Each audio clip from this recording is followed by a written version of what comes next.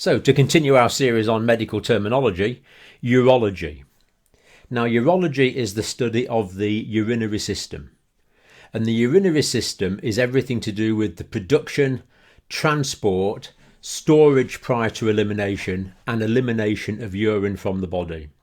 So it starts off with the kidneys, where we study the renal function of the urinary system, the kidneys themselves. Then there's the two ureters, taking the urine from the kidneys down into the urinary bladder in the pelvis. There's the way the bladder functions and stores the urine prior to the elimination from the body. And there's the elimination of the body through the urethra. Whether it's the male or female urethra, those essential components are the same. It's just that the male urethra is quite a bit longer. So urology is the study of the physiology and the pathophysiology and the pathology of how this can go wrong and the medical terms associated with this. Now let's think about terms relating to the renal system. So if we think about the anatomy here, we've got the kidney, one of two kidneys, and the kidney has an arrangement of pyramids, medullary pyramids like this.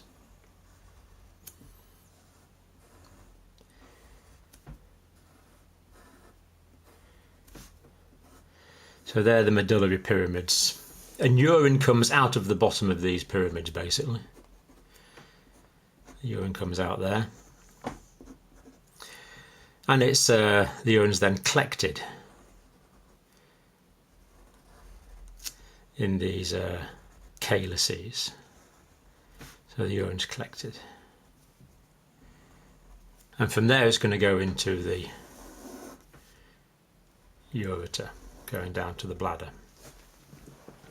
Now the term related to kidney is renal. So renal means to do with the kidney.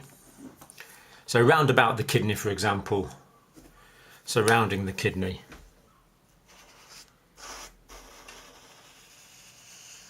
very sensitive layer actually surrounding the kidney, thin membrane, but that's called the renal capsule. But it's renal because it's surrounding the kidney. This is the renal cortex on the outside, but it's renal because it's pertaining to the kidney. The medullary pyramids comprise the renal medulla. Renal medulla. And this area in the middle here, these are the calyces taking the urine down there. And this larger bit in the middle here, this is the renal pelvis. But it's the kidney, so it's renal pelvis. So you might see words like suprarenal.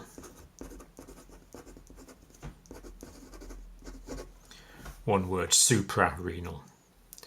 Now the context here is supra means above. Renal means kidneys. So what you have is above the kidney you have the adrenal glands. Round about there. But they're above the kidney, so they're suprarenal. That's kind of an old-fashioned term really, suprarenal glands. We tend to call them the adrenal glands these days, but it's a good descriptive term, suprarenal. Or you might come across a term, Rino Cortical.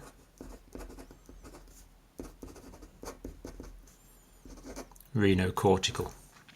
So there, the reno part is the kidney, and then cortical, C-O, cortical, would be the renal cortex, this area, as we've said on the outside.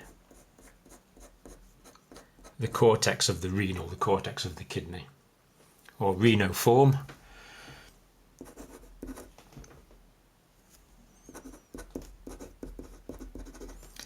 Reniform would mean kidney-like, something that was shaped like a kidney, for example. But the main term relating to kidney is a neph, sometimes with an O. neph or nephro. So for example, nephropathy.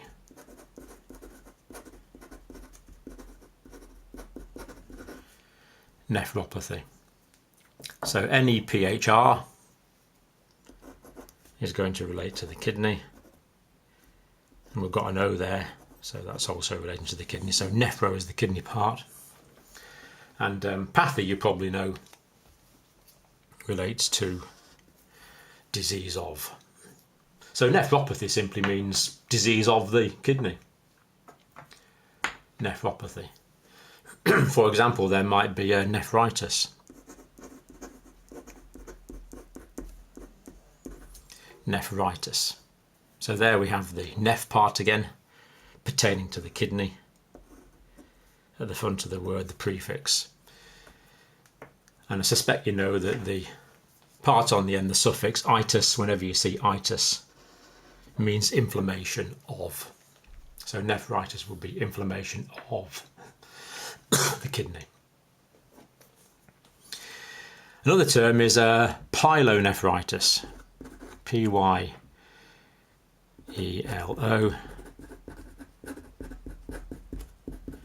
Pyelonephritis. Now we need to break this word up a bit. Itis, of course, is inflammation of. And you know the neph bit by now. N-E-P-H-R, neph is the kidney. So it's inflammation of the kidney, but pylo means to do with the renal pelvis. So pyelonephritis describes inflammation, kidney, renal pelvis. So in pyelonephritis, there's going to be inflammation of the pelvis and the renal tissue, the renal parenchyma. Nearly always a bacterial infection, can be quite serious. So from that you might have heard words like pyelogram.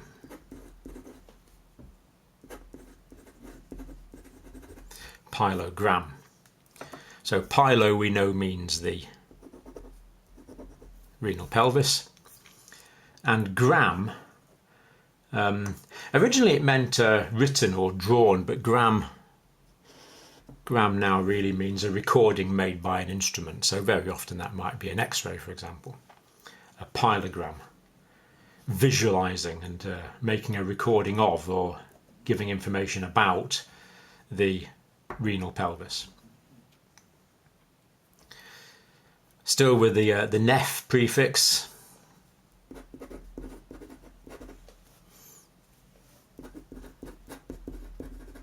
Nephrectomy, still the kidney, but ectomy means removal of. So that would be when a surgeon removes a kidney. Neph, kidney, removal of. Nephrectomy. Another one. Neph.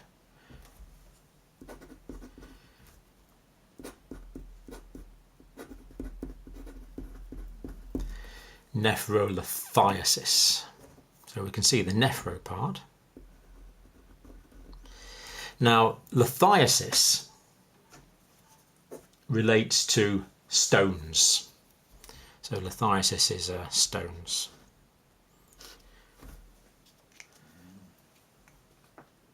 Nephrolithiasis. A condition of stones. Nephrolithiasis. Stones in the kidney. And maybe the last one,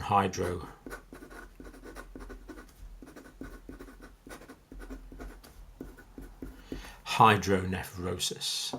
This is where urine dams back up into the renal pelvis. Now it says hydro here. Hydro means water. We know it's urine, it's not really water, but I suppose urine is watery. So hydro. Now the osis part on the end means a condition of. So hydro, water, kidney, condition of. A condition where there is excessive water in the kidney. So the main things to remember there: renal pertaining to the kidney, and neph or nephro, also pertaining to the kidney. And then if we think about the other words that are connected with those, or the other prefixes and suffixes, we can normally work out what the word means.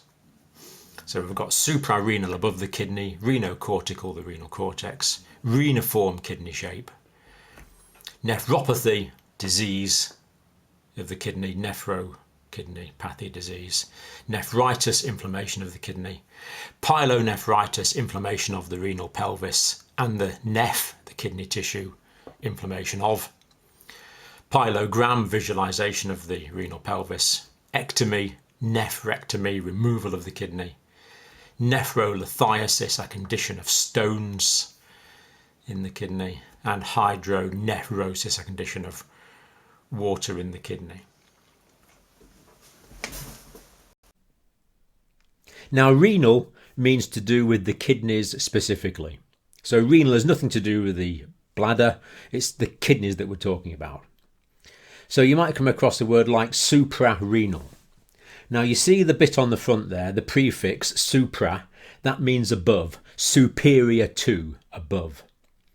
Renal means the kidneys, so suprarenal technically is anything above the kidneys, but we normally use it to mean something immediately above the kidneys. For example, the suprarenal glands or the adrenal glands are immediately above the kidneys. It almost looks like the kidney wears a hat called the adrenal gland or the suprarenal gland. Another term, Rino Cortical. So Reno, again, to do with the renal system, that I've put in red there, and cortical would be the outside part of the kidney. Because remember, there's the renal capsule around about the outside, then the renal cortex, then the renal medulla, then the renal calyces, then the renal pelvis. They're all parts of the renal, all parts of the kidney. And reniform, again, pertaining to renal, pertaining to the kidney, means kidney-like. So something that's kidney-shaped would be reniform. Now, we used to call reduction in renal function an acute reduction in renal function. Acute, by the way, means of recent onset. We used to call that acute renal failure. But now it's been decided that there's an acute renal failure because there's some damage to the kidney. So this term is now called acute kidney injury. So what we used to call acute renal failure is now acute kidney injury. It kind of takes the renal out and puts in the kidney. So we call that AKI. To me, acute kidney injury implies that the kidney's been physically injured, what you think of a classical injury like a road traffic accident. But it doesn't mean that. The new definition is talking about a pathological or a pathophysiologically induced injury. So we now call that AKI, acute kidney injury, this acute reduction in renal function. But there can also be chronic, what we used to call chronic renal failure, and this is now called CKD, chronic kidney disease, where there's a reduction in renal function over a longer period of time, very often as a longer term progressive disease process. So another couple of terms that you'll come across related to the kidney. Now, when we're talking about the kidney in medical terms, we usually use the term neph or nephro. So neph or nephro means to do with the kidneys. So if you see the term neph, you might not know what the condition is about, but you know it's to do with the kidneys. So nephrology is the study of the kidneys. We've got the neph part on front, the prefix is neph, so we know that it's to do with the kidneys. Ology means the study of or the science of. So nephrology is literally the study of the kidneys. And a nephrologist is an individual who studies the kidneys. And it's a term we normally use to describe a doctor who specialises in kidney diseases, a nephrologist. Nephropathy is literally any disease affecting the kidney. Path or pathy means to do with disease. So a pathological laboratory is a laboratory where they study disease. And nephropathy is disease of the kidneys. So we can pronounce that, we normally pronounce that nephropathy, but if you break it down into the words nephropathy, nephro kidney, pathy, disease of, put those two together, the prefix and the suffix together, we get nephropathy, kidney disease, normally pronounced nephropathy. Now, nephritis refers to inflammation of. So itis on the end, itis, always means inflammation of. Now, it doesn't tell you what caused that inflammation, but it does tell you that the neph is inflamed. And we know that neph is kidney, so nephritis refers to inflammation of the kidney. Now, the next term here is pyelonephritis. We can see the neph bit that we know in the middle, so we know it's to do with the kidney. We can see the itis on the end, so we know it's inflammation of. And the pylo part refers to the renal pelvis. So pyelonephritis. So that's renal pelvis, kidney, inflammation of. So in pyelonephritis, there's inflammation of the renal pelvis and the renal tissue, the renal parenchyma, making it a very serious infection indeed. Although technically itis means inflammation of, but we do know it's usually caused by ascending bacterial infection and it requires immediate antibiotic treatment. So pyelonephritis, renal pelvis, kidney, inflammation of. So a pyelogram would be a visualization of the renal pelvis. Now a gram, that word gram at the end, the suffix gram, used to mean to draw or to write. Now it means to gain information using some form of medical instrumentation. So a pyelogram, for example, the patient might be given an X-ray contrast medium and an X-ray taken. So we gain a pyelogram, we gain an image of the renal pelvis. Pyelitis would mean inflammation of the renal pelvis. Now the next word is nephrectomy. Again, we know that neph means to do with the kidney. And ectomy means removal of. So anytime you see that suffix on the end, ectomy, that means removal of. So nephrectomy is when a surgeon removes a kidney. The patient could have a right or a left nephrectomy. Or they could have a partial nephrectomy where the surgeon removes part of a kidney rather than the whole kidney itself. So for example, if a patient had a large malignancy in a kidney, a renal tumour, then a nephrectomy may be performed to remove the kidney and also remove the malignancy with the kidney. So nephrectomy, removal of a kidney. Now the urine is supposed to be liquid.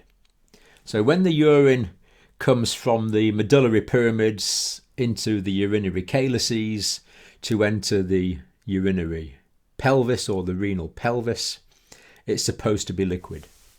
But sometimes you can get precipitation and a nucleus can form. And further material can precipitate out from the liquid, accreting onto the nucleus that was formed, developing into a larger calculus or a stone. So this is the process of nephrolithiasis. Nephro means to do with the kidney. Lithiasis is a condition of stones. So stones can form as a result of precipitation. Precipitation means any time a liquid becomes something solid. That's usually what it means to precipitate out, although it can mean the conversion of vapour into liquid as well. But in this case it means precipitation means that something solid comes out of something liquid, which of course we don't want. This is a highly pathological condition. Now if these stones are in the kidney, that is in the renal calyces or the renal pelvis, then that would be a nephrolithiasis. And they can move around in the kidney, giving rise to calyceal pain as they move around in there. But if the stones go into the ureters, then that would be a urolithiasis. But the point is the ureter spasms around that. The internal lumen of the ureter is narrow and the stone can't fit through, so you get spasm. And that causes ureteric colic, which is one of the worst medical pains that our patients can suffer from, and they need our immediate attention to treat that pain and treat the condition. renal colic. Colic means pain in a hollow organ. But nephrolithiasis would refer to a condition of stones in the kidney, and we know that's in the renal calyces or in the renal pelvis. Now, when the urine enters the calyces, the renal calyces, it's supposed to flow freely into the pelvis, into the ureter. There's peristaltic contraction in the ureter, taking the urine down to the bladder, and it's supposed to flow freely from the bladder out of the urethra to be voided in the process of micturition. But sometimes there can be obstruction in the urinary tract. For example, there can be an enlarged prostate gland. It could be caused by benign prostatic hyperplasia, or it could be caused by prostatic cancer, for example. Now, in that case, the urine would not be able to get out of the bladder properly, so it can dam back into the ureters. You can get a hydroureter, and that can dam back all the way to the kidneys, causing a hydronephrosis. So let's look at the word. Hydro means water. You might think of hydroelectric power, for example, which is electricity from water, hydro. So hydro means water. We know the neph part means kidney, and the osis on the end. Osis means a condition of.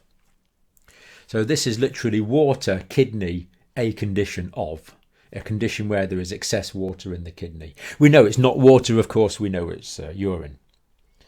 But the term, this is the term we use. And what will happen is that will dilate the pelvis, dilate the calyces, and the urine will eventually damage the kidney tissue, causing renal failure, this condition of hydronephrosis. So we would need to identify the hydronephrosis and correct the condition which was causing the obstruction so that the urine could drain freely once again. So hydronephrosis, water, kidney condition of. So that's just a few examples of the use of the term neph or nephro, meaning to do with the kidney.